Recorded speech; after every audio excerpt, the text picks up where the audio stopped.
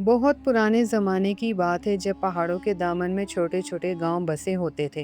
چرواہے اپنے مویشیوں کے ساتھ کھلے میدانوں میں رہتے تھے اور رات کو ستاروں کی چھاؤں میں آگ جلا کر بیٹھتے تھے۔ ایک وسیع اور سرسبز میدان کے کنارے ایک گاؤں تھا جس کا نام گاؤں روشن پور تھا۔ یہ گاؤں اپنے مویشیوں کی وجہ سے مشہور تھا۔ بھیڑیں، بکریاں، گائیں اور اونٹ سب اتنے صحت مند اور اتنے خوبصورت کہ دور دور سے لوگ خریدنے آتے تھے۔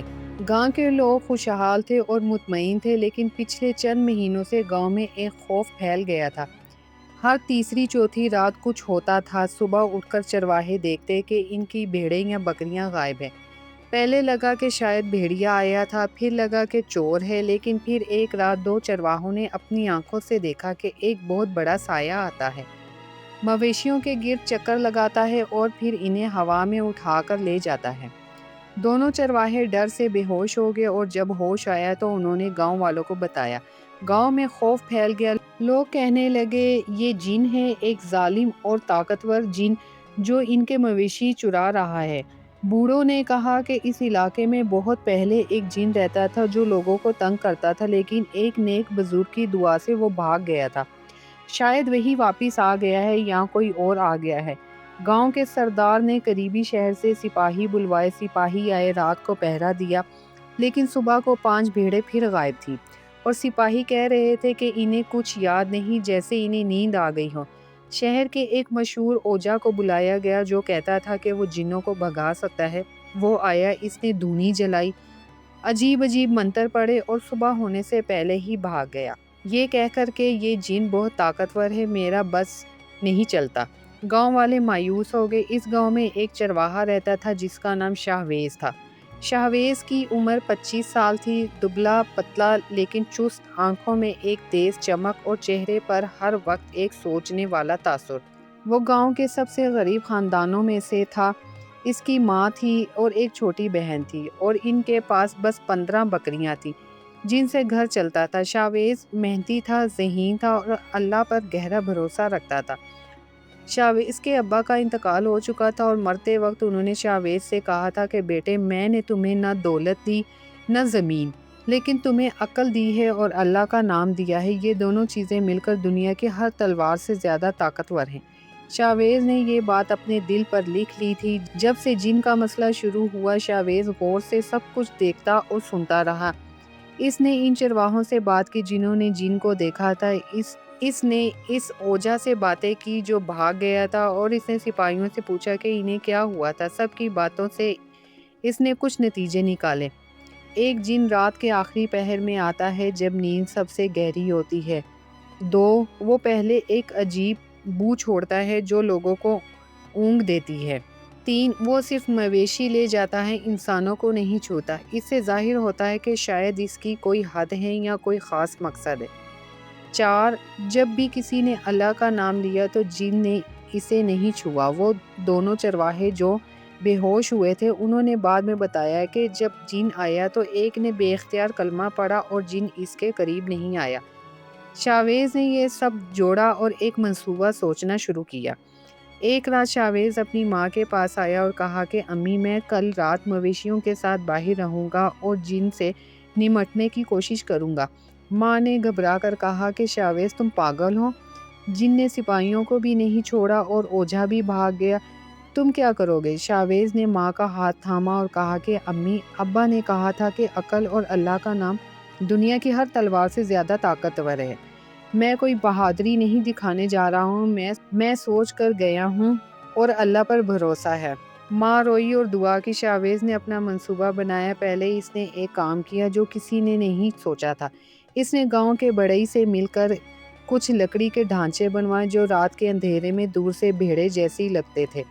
پھر اس نے بھیڑوں کی کھالوں سے انہیں ڈھانپا تاکہ ہو بہو ملتی جلتی ہوں۔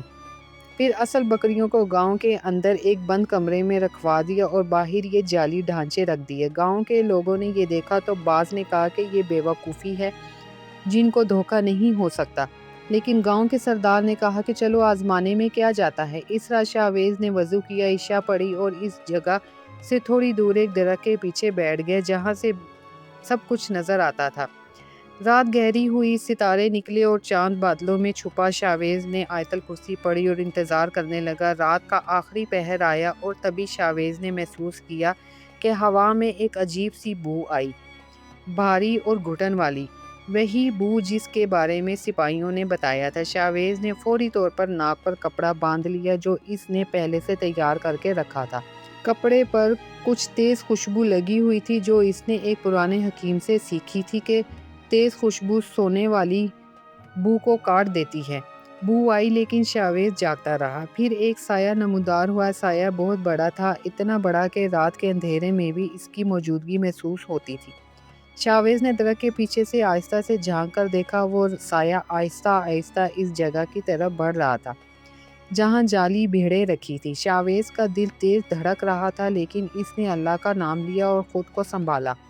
جن نے جعلی بھیڑوں کے قریب آ کر ایک چکر لگایا، پھر اس نے ہاتھ بڑھایا اور ایک جعلی ڈھانچے کو اٹھانے کی کوشش کی لیکن وہ لکڑی کا تھا، بھاری تھا اور اس میں جان نہیں تھی۔ جن نے اسے اٹھایا اور پھر پٹک دیا۔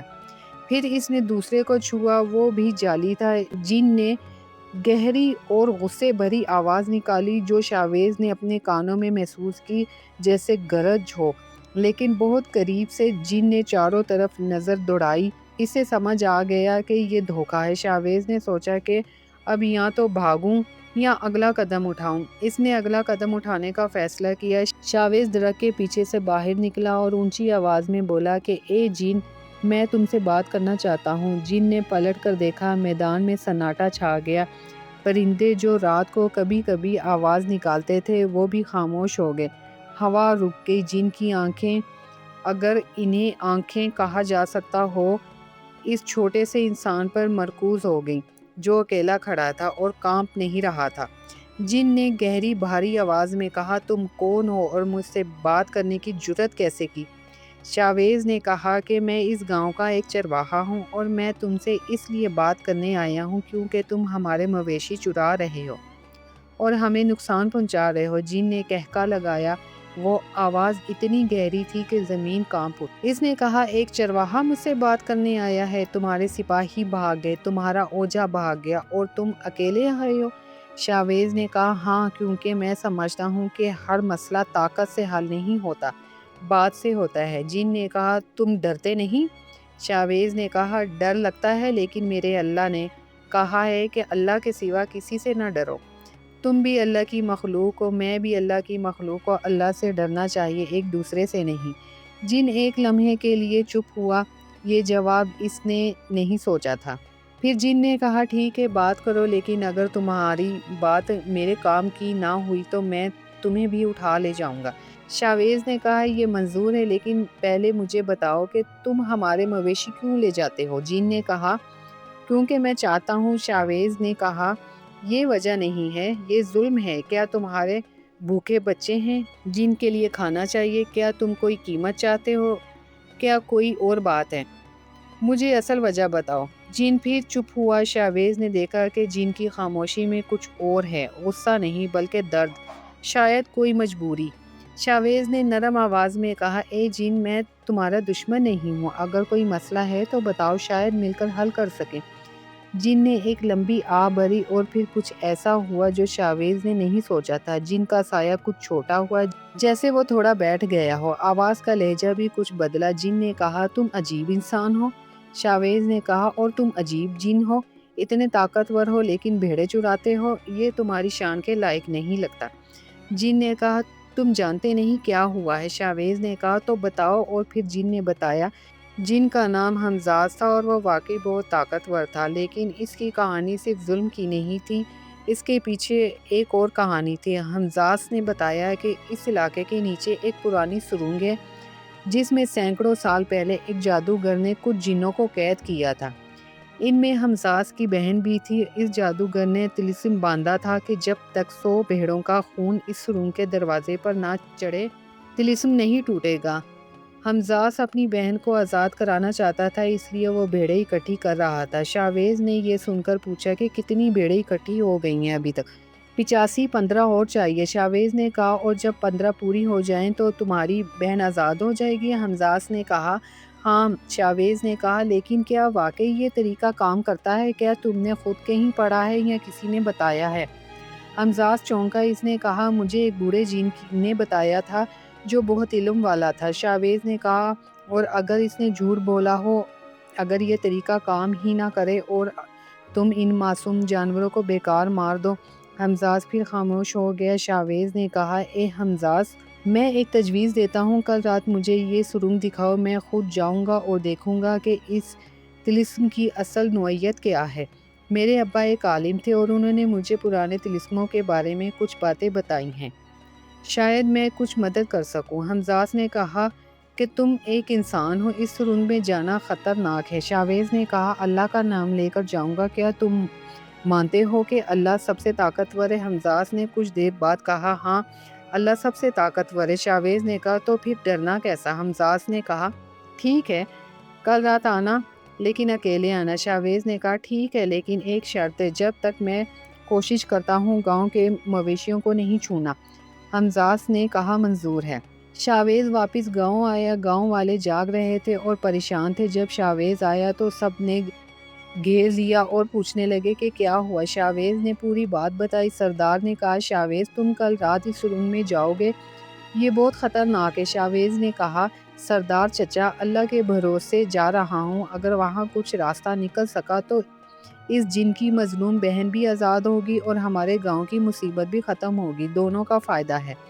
ایک بوڑھے نے کہا بیٹے، کیا تم نے سوچا ہے کہ وہ جن تمہیں دھوکہ دے سکتا ہے؟ شاویز نے کہا سوچا ہے، اس لیے میں نے ایک منصوبہ بنایا۔ شاویز نے بتایا کہ وہ گاؤں کے 5 مضبوط آدمیوں کو ساتھ لے کر جائے گا، لیکن وہ سرنگ کے باہر رہیں گے۔ اگر شاویز 1 گھنٹے میں باہر نہ آئے تو وہ پوری آواز میں اذان دیں، کیونکہ اذان کی آواز جنوں پر بہت اثر کرتی ہے۔ سردار نے کہا یہ اچھا منصوبہ ہے۔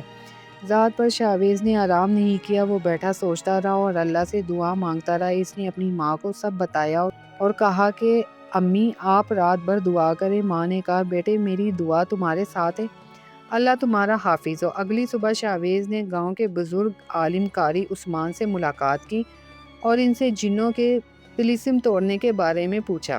قاری صاحب نے اسے بتایا کہ کالے جادو کے زیادہ تر طلسم جھوٹ اور دھوکے پر قائم ہوتے ہیں۔ اگر اصل سچ معلوم ہو جائے اور اللہ کا کلام پڑھا جائے تو اکثر طلسم ٹوٹ جاتے ہیں۔ قاری صاحب نے شاویز کو کچھ مخصوص آیات یاد کروائیں اور کہا کہ ان کو وہاں پڑھنا، یہ ہر طلسم کو توڑ سکتی ہیں اگر اللہ چاہے۔ شاویز نے وہ آیات یاد کر لی اور دل میں پختہ ارادہ کر لیا۔ رات آئی، شاویز نے عشاء کی نماز پڑھی، وضو تازہ کیا اور قاری صاحب سے دعا لی۔ 5 مضبوط آدمی تیار تھے، ان میں گاؤں کا سردار بھی تھا جس نے کہا کہ میں خود جاؤں گا تاکہ اگر کچھ ہو تو فوری فیصلہ کر سکوں۔ شاویز نے سب کو سمجھایا کہ سرنگ کے باہر رہنا، 1 گھنٹہ انتظار کرنا اور اگر شاویز نہ آئے تو پوری طاقت سے اذان دینی ہے، اللہ اکبر اللہ اکبر، بار بار۔ سب نے حامی بھری۔ ماں نے شاویز کو گلے لگایا اور کہا کہ بیٹے اللہ تمہارا ساتھ دے۔ شاویز نے ماں کے ہاتھ چومے اور چل پڑا۔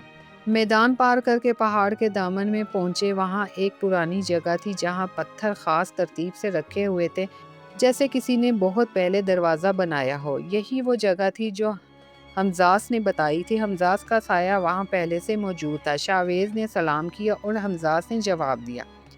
حمزاز نے پوچھا یہ لوگ کیوں لائے ہو؟ شاویز نے کہا یہ باہر رہیں گے، میں اکیلا اندر جاؤں گا، لیکن میں چاہتا ہوں کہ باہر کوئی نہ ہو۔ حمزاز نے کچھ دیر سوچا اور پھر کہا ٹھیک ہے۔ حمزاز نے ان پتھروں کے ساتھ ہاتھ لگایا اور ایک عجیب آواز کے ساتھ پتھر ہلے اور ایک تنگ راستہ کھل گیا۔ اندر سے ایک ٹھنڈی ہوا آئی جو بالکل الگ تھی، ایسی ہوا جو صدیوں سے بند جگہ سے آتی ہو۔ شاویز نے ایک آخری بار سردار کی طرف دیکھا۔ سردار نے آنکھوں سے حوصلہ دیا۔ شاویز نے بسم اللہ پڑھی اور اندر قدم رکھا۔ اندر اندھیرا تھا، لیکن حمزاز کی موجودگی سے ایک ہلکی سنہری چمک تھی جو راستہ دکھاتی تھی۔ سرنگ نیچے کی طرف جاتی تھی۔ تنگ پتھریلی اور ٹھنڈی دیواروں پر عجیب نشان تھے جو کسی جادوگر کے ہاتھ کے لگتے تھے۔ شاویز چلتا رہا اور آیات پڑھتا رہا۔ تھوڑی دیر بعد وہ ایک بڑے کمرے میں پہنچے۔ کمرے میں ایک عجیب روشنی تھی، سرخ اور سیاہ رنگ کی ملی جلی روشنی، اور کمرے کے بیچ میں ایک بہت بڑا پتھر تھا جس کے گرد زنجیریں تھیں، لیکن یہ عام زنجیریں نہیں تھیں، یہ روشنی کی زنجیریں تھیں جو پتھر سے نکل کر ہوا میں تیرتی تھی۔ اور اس پتھر کے اندر شاویز نے دیکھا ایک سایہ تھا۔ حمزاس نے کہا، یہ ہے میری بہن زوہا، سینکڑوں سال سے اس پتھر میں قید۔ شاویز نے پتھر کے قریب جا کر غور سے دیکھا، پتھر پر نشان تھے، کالے جادو کے نشان، لیکن ساتھ میں کچھ اور بھی لکھا تھا۔ شاویز نے جھک کر پڑھنے کی کوشش کی، وہاں لکھا تھا، یہ طلسم خون سے نہیں ٹوٹتا۔ شاویز نے سیدھا ہو کر حمزاس کی طرف دیکھا اور کہا، حمزاس، یہاں لکھا ہے کہ طلسم خون سے نہیں ٹوٹتا۔ حمزاس نے کہا، کیا؟ شاویز نے کہا، جس بوڑھے جن نے تمہیں بتایا تھا کہ 100 بھیڑوں کا خون چاہیے، اس نے تمہیں جھوٹ بولا تھا، تم سے دھوکا ہوا ہے۔ حمزاس کی آواز میں غصہ آیا اور اس نے کہا، نہیں، وہ علم والا تھا، وہ جھوٹ کیوں بولے گا؟ شاویز نے کہا، شاید اس لیے کہ وہ تم سے گناہ کروانا چاہتا تھا۔ معصوم جانوروں کو مروانا، انسانوں کو نقصان پہنچانا، یہ گناہ ہے، اور گناہ سے اللہ کی مخلوق آزاد نہیں ہوتی بلکہ پھنستی ہے۔ حمزاس خاموش ہو گیا۔ شاویز نے کہا، یہاں آگے پڑھو، یہاں اور بھی لکھا ہے۔ حمزاس قریب آیا اور پتھر پر لکھے نشانوں کو پڑھنے لگا۔ کچھ دیر پڑھنے کے بعد اس کی آواز بدل گئی، وہ غصے سے کانپنے لگا۔ حمزاس نے کہا، یہاں لکھا ہے کہ طلسم اس وقت ٹوٹے گا جب کوئی سچے دل سے اللہ کا کلام پڑھے اور اللہ سے رحم مانگے۔ شاویز نے کہا، بالکل، خون نہیں، اللہ کا کلام۔ کالا جادو کرنے والے ہمیشہ جھوٹا راستہ دکھاتے ہیں تاکہ لوگ گناہ کریں اور اصل راستے سے دور رہیں۔ حمزاس کی آواز کانپتی تھی جب اس نے کہا، تو میں نے اتنی بھیڑیں بیکار ماری، اتنے لوگوں کا نقصان کیا؟ شاویز نے کہا، جو ہو گیا وہ ہو گیا، ابھی جو کر سکتے ہو وہ کرو، ابھی بھی وقت ہے۔ حمزاس نے کہا، لیکن میں اللہ کا کلام کیسے پڑھوں؟ میں تو اللہ سے بہت دور ہو گیا ہوں، میں نے بہت ظلم کیا ہے۔ شاویز نے کہا، اللہ کی رحمت کسی سے دور نہیں ہوتی، جو سچے دل سے واپس آئے اللہ اسے قبول کرتا ہے۔ کیا تم جانتے ہو سورہ فاتحہ؟ حمزاس نے کہا، بچپن میں یاد کی تھی، اب یاد نہیں۔ شاویز نے کہا، میں پڑھتا ہوں، تم دل میں ساتھ پڑھو، جتنا یاد ہو۔ اور شاویز نے سورہ فاتحہ پڑھنی شروع کی۔ بسم اللہ الرحمن الرحیم، الحمدللہ رب العالمین۔ آواز کمرے میں گونجی اور جیسے جیسے آیات آگے پڑھی، اس کمرے میں ایک تبدیلی آنے لگی۔ وہ سرخ اور سیاہ روشنی جو دیواروں سے آتی تھی وہ کمزور پڑنے لگی۔ حمزاس کے منہ سے بھی آہستہ آہستہ کچھ الفاظ نکلے، ٹوٹے پھوٹے، بے ترتیب، لیکن دل سے۔ شاویز نے آیت الکرسی پڑھی، پوری توجہ سے، پوری سانس کے ساتھ۔ ہر لفظ کمرے میں گونجا اور دیواروں کے نشان مدھم پڑنے لگے۔ پھر شاویز نے وہ آیات پڑھی جو قاری صاحب نے بتائی تھی، سورہ جن کی آیات۔ اللہ نے جنوں کو بتایا ہے کہ اللہ ہی سب طاقتوں کا مالک ہے اور جو اللہ پر ایمان لائے اسے کوئی نہیں روک سکتا۔ جیسے ہی آیات پڑھی گئی، وہ روشنی کی زنجیریں جو پتھر کے گرد تھی کانپنے لگی۔ حمزاس نے دیکھا اور اس کی آواز میں پہلی بار امید آئی۔ اس نے بھی اللہ اکبر پکارا اور جن کی زبان سے اللہ اکبر، اور وہ آواز اتنی گہری تھی کہ پوری سرنگ ہل گئی۔ اور پھر ایک زوردار آواز کے ساتھ وہ زنجیریں ٹوٹ گئی اور پتھر میں سے ایک سایہ نکلا، پہلے دھندلا پھر واضح۔ یہ زوہا تھی، حمزاس کی بہن۔ زوہا نے آنکھیں کھولی اور پہلے حمزاس کو دیکھا اور پھر شاویز کو۔ حمزاس آگے بڑھا اور زوہا کے قریب پہنچا۔ کچھ دیر وہ بس خاموش رہے۔ صدیوں بعد ملنے والے دو بہن بھائی الفاظ کہاں سے لاتے؟ زوہا نے حمزاس سے کہا کہ بھائی، تم نے کیا کیا اپنے آپ کو؟ حمزاس نے کہا کہ میں تمہیں آزاد کرانا چاہتا تھا غلط راستے سے۔ زوہا نے کہا کہ اللہ نے صحیح راستہ بھیجا اور انسان کی شکل میں۔ شاویز کی طرف دیکھ کر زوہا نے کہا کہ تم نے ایک مظلوم کو آزاد کرایا، تمہیں اس کا بہترین صلہ اللہ دے۔ شاویز نے کہا کہ یہ اللہ کا فضل ہے، میں نے بس اللہ کا کلام پڑھا۔ تینوں سرنگ سے باہر نکلے۔ باہر سردار اور پانچوں آدمی کھڑے تھے، ان کا گھنٹہ پورا ہونے والا تھا اور وہ اذان دینے کی تیاری کر رہے تھے۔ شاویز کو دیکھ کر سب کے چہروں پر سکون آ گیا۔ سردار نے پوچھا، کیا ہوا؟ شاویز نے مختصراً بتایا، حمزاس کا سایہ ان سب کے سامنے تھا۔